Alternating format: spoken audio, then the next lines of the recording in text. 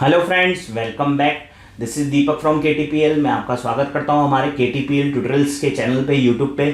और आज हम आपको बताएंगे जो हमने लास्ट वीडियो बनाई थी जिसमें ये मेंशन था कि GST रेट्स के अंदर क्या चेंजेस आए हैं फूड ग्रेन्स के ऊपर, पल्सेस के ऊपर। तो आज हम उस वीडियो को कंटिन्यू करेंगे आगे। और जो नया नोटिफिकेशन आया है, नया एक PDF आया है जिसमें FAQs दिए गए हैं रिगार्डिंग पल्सेस, सीरियल्स और प्री पैक्ड और प्री लेबल्ड आइटम्स के ऊपर, वो हम डिस्कस करेंगे। तो ये वीडियो बहुत काम का है, जुड़े रहिए इस वीडियो में बिल्कुल एंड तक ताकि आपको क्लियर हो सके और आप समझ सकें सारी चीज़ें और अप्लाई कर सकें अपने बिजनेस के अंदर। और जो नए व्यूअर्स हैं वो अभी जाकर के सब्सक्राइब कर दीजिए हमारे चैनल को ताकि उन्हें नए अपडेट्स मिलते रहें हमारे वीडियोस के, हमारे चैनल के।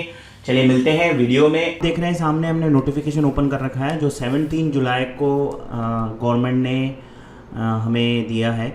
और उसमें प्री पैक्ड और प्री लेबल्ड के बारे में कुछ क्वेश्चंस हैं जो मैं आपको अभी डिस्कस करूंगा, उसके बारे में इन्होंने बता रखा है। जैसे आप सबसे फर्स्ट क्वेश्चन पे हम आ जाते हैं, what changes has been made with respect to packaged and labelled community with effect from 18 July 2022।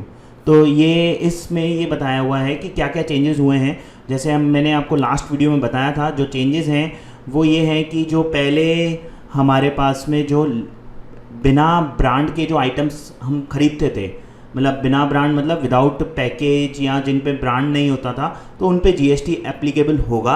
और जो ब्रांडेड होते थे उन पे तो होता ही था एप्लीकेबल, ठीक है। बट अब नॉन ब्रांडेड पे भी गवर्नमेंट ने क्या किया है, GST एप्लीकेबल कर दिया है 18 जुलाई से, ठीक है। ये इसके अंदर क्लैरिफिकेशन दिया हुआ है, ठीक है। जैसे कि एग्जांपल लेते हैं, जैसे पल्सेस हैं या फिर हमारी दालें हैं, अलग अलग तरीके की राइस है, वीट है, इन सब पे जो टैक्स है वो एप्लीकेबल किया गया है।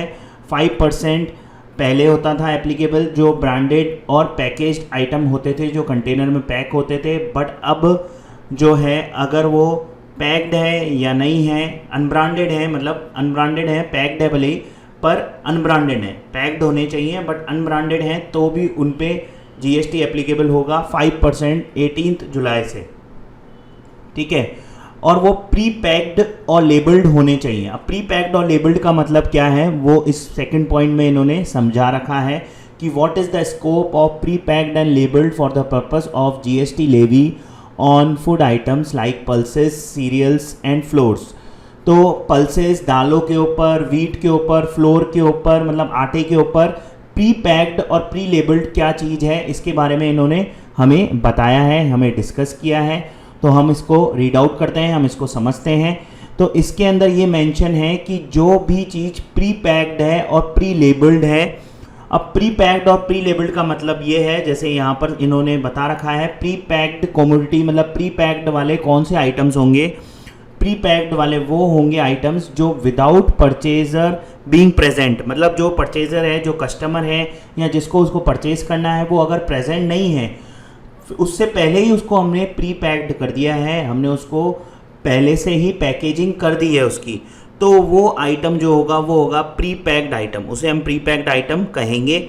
जैसे यहाँ पर दिया हुआ है, the supply of such commodity having the following 2 attributes. ये 2 रूल्स उनके ऊपर अप्लाई होते हैं।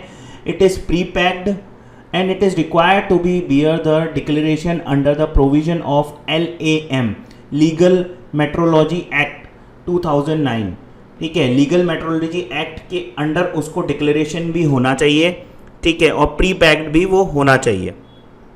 तो वो आइटम जो होगा वो प्री पैक्ड होगा। प्री पैक्ड आइटम का जो बेसिक मीनिंग है वो यही है कि जो आइटम पहले से पैक्ड है, मतलब कस्टमर के आने से पहले उसे पैक कर दिया गया है और वो पैक करके ही सेल हो रहा है, वो आइटम प्री पैक्ड कहलाएगा। भले ही उस पर आपने ब्रांड का नाम मेंशन किया है या नहीं किया है, ठीक है। तो वो चीज़ इसके अंदर हमें क्लियर हुई है, समझ में आ गई आपको भी बात, ठीक है। However if such commodities are supplied in the package that do not require declaration compliances under the Legal Metrology Act 2009 and the rules made thereunder, the same would be treated as pre-packed and labeled for the purpose of GST levy। ये भी बता रहे हैं कि ऐसे कई सारे packages हैं जो पैक्ड तो होते हैं बट उन पे डिक्लेरेशन नहीं होता है, तो वो भी प्री पैक्ड और लेबल्ड में ही काउंट किए जाएंगे, उसी में ही आएंगे। मतलब अगर आप उसको पैकेज को पैक कर रहे हैं बट आप उस पर लेबलिंग नहीं कर रहे हैं, तो भी लेबलिंग का मतलब हो गया आप उस पर डिक्लेरेशन नहीं दे रहे हैं, तो भी वो चीज़ प्री पैक्ड में ही मानी जाएगी। ठीक है, समझ में आ गई आपको बात। अब एक ये इम्पॉर्टेंट पॉइंट है इसके अंदर कि प्री पैक्ड और प्री लेबल्ड वाला जो आइटम है वो अप टू 25 kg 25 लीटर तक जो भी आइटम है उस पर ही टैक्स अप्लाई होगा। उससे ऊपर अगर 25 से अबव अगर हमने परचेजिंग करी है, 25 kg से अबव है, 25 लीटर से अबव अगर हमने परचेजिंग करी है, तो उस पर ये अप्लाई नहीं होगा, जीएसटी अप्लाई नहीं होगा। तो वो थर्ड पॉइंट के अंदर इन्होंने क्लैरिफाई किया हुआ है, what is the scope of coverage taking into account various exclusions provided under the Legal Metrology Act and the rules under there for such commodities, food items, pulses, दालों के ऊपर जैसे ये बता रहे हैं prescribed that package of commodities, मतलब package of items, जो आइटम्स हैं वो क्वांटिटी जो उनकी है वो 25 kg और 25 लीटर से कम होनी चाहिए। ठीक है, अगर उससे ज़्यादा होती है जैसे मोर देन 25 kg और 25 litres do not require declaration to be made under the rule 6 thereof. ठीक है, accordingly GST would apply on such specified goods where pre packed pre labelled commodity is supplied in the packages containing quantity. ये बहुत important point है कि अगर जिसकी भी quantity 25 kg या उसके इक्वल से कम होगी तो उन पे जीएसटी अप्लाई होगा। जैसे ये दिया हुआ है इन्होंने point, GST would apply on such specified goods where the pre packed commodity is supplied in the packages containing quantity of less than or equal to 25 kg। ये हमें ध्यान रखना है। इन्होंने इलस्ट्रेशन एक एग्जाम्पल भी दिया हुआ है, सप्लाई ऑफ प्री पैक्ड आटा meant for the retail to ultimate customer of 25 kg shall be liable to GST। मतलब अगर आपने आटा को प्री पैक्ड कर रखा है और वो 25 kg का है या उससे कम का है तो उस पर GST अप्लाई होगा, और अगर वो 30 kg का है मतलब 25 kg के अबव का है तो उस पर GST अप्लाई नहीं होगा, वो एग्जेम्प्ट होगा। ठीक है, तो ये हमें क्लैरिफाई हो गया है। It is clarified that single package of these items, दालों का, फ्लोर का, आटे का, ठीक है, तो इन सब का अगर आइटम 25 kg से अबव है, ठीक है, तो वो चीज़ जो है वो जीएसटी के लिए लायबल नहीं है। मतलब वो जो आइटम है वो जीएसटी के लिए लायबल नहीं है। और अगर हमारा जो प्रोडक्ट है वो 25 kg से कम या 25 kg का है, 25 लीटर का है, उसमें पैक्ड है, तो उस पर जीएसटी अप्लाई होगा। सो नेक्स्ट पॉइंट है हमारा फोर्थ पॉइंट, जिसमें बताया है whether GST would apply to a package that contains multiple retail packages, for example a package containing 10 retail packs of a flour of 10 kg each। इसका मतलब ये है कि क्या उस पर भी GST अप्लाई होगा अगर किसी ने, किसी कस्टमर को, किसी सप्लायर ने एक बड़े पैकेज के अंदर छोटे छोटे पैकेजेस पैक करके बेचे हैं। जैसे कि किसी सप्लायर ने एक बड़े से कट्टे में, कार्टून में आटे के 10-10 किलो के पैकेट्स बना करके कस्टमर को बेचे, तो उस पर भी क्या जीएसटी अप्लाई होगा?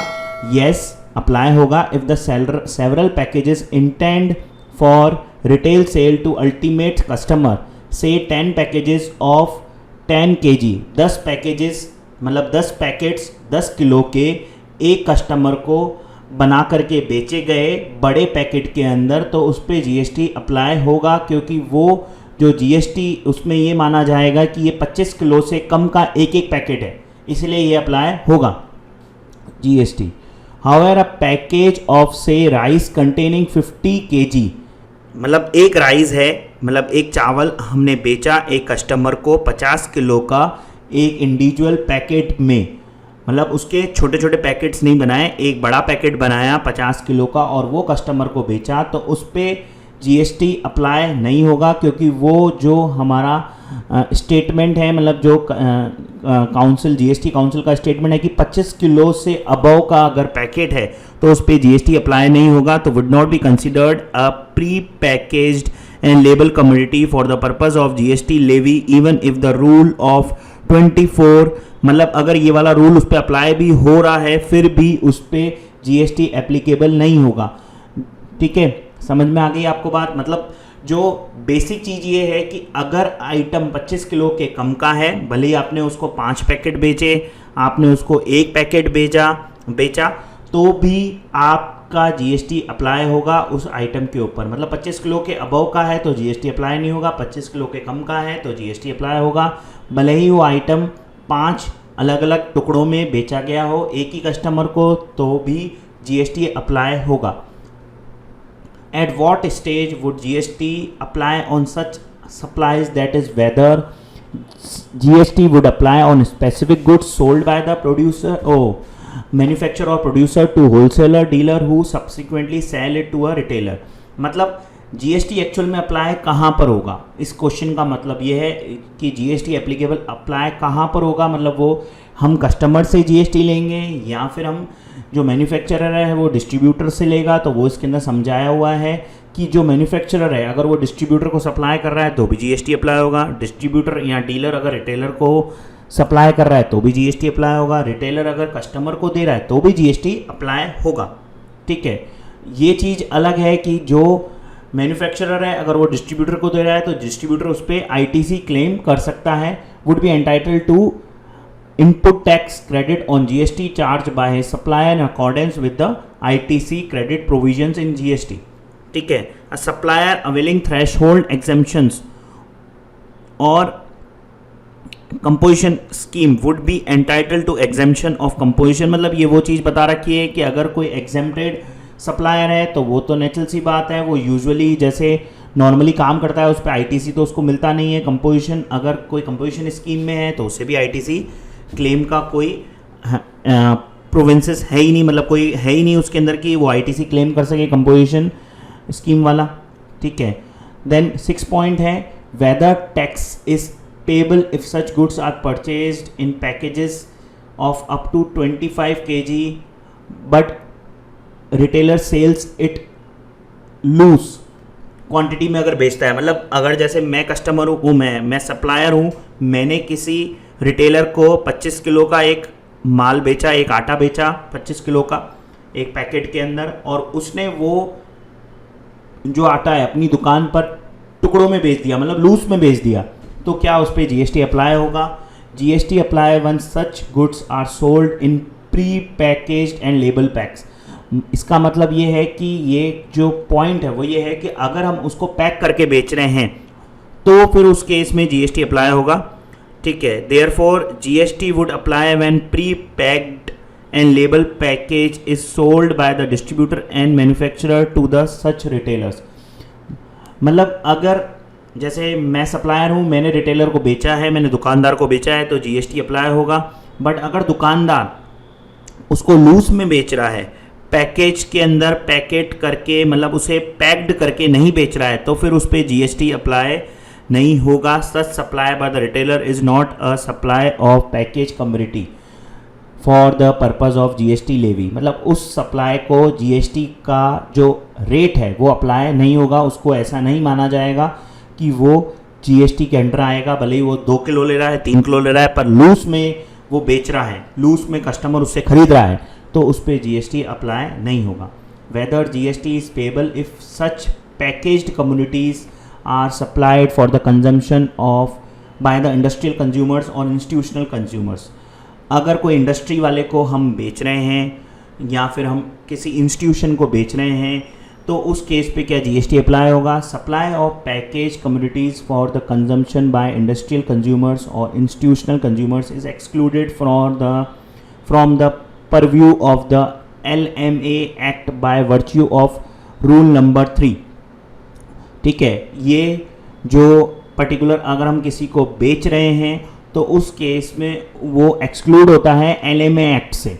ठीक है, तो therefore is supply in such manner as to attract the exclusion provider under the said rule, it will not be considered as a, मतलब अगर वो LMA एक्ट के अंदर उसको एक्सक्लूड किया गया है तो वो GST के अंदर भी एक्सक्लूड होगा, उस पर टैक्स नहीं लगेगा। अगर आप किसी भी इंडस्ट्रियल कंज्यूमर को बेच रहे हैं, इंस्टीट्यूशनल कंज्यूमर को बेच रहे हैं, तो फिर उस पर GST अप्लाई नहीं होगा। अब जो 8th पॉइंट है ये इंपॉर्टेंट पॉइंट है, इसके अंदर हमें काफ़ी सारी चीज़ें क्लियर हो जाएगी क्योंकि इसके अंदर एक एग्जांपल के थ्रू समझाया गया है। मतलब अगर कोई भी राइस बेचने वाला सेलर है, वो अगर 20 kg राइस बेचता है पर उस पर डिक्लेरेशन ही नहीं देता है, जो डिक्लेरेशन लीगल मेट्रोलॉजी एक्ट के अंदर मेंशन है, तो क्या उस पर GST अप्लाई होगा, उसको कंसिडर किया जाएगा प्री पैक्ड में या प्री लेबल्ड में?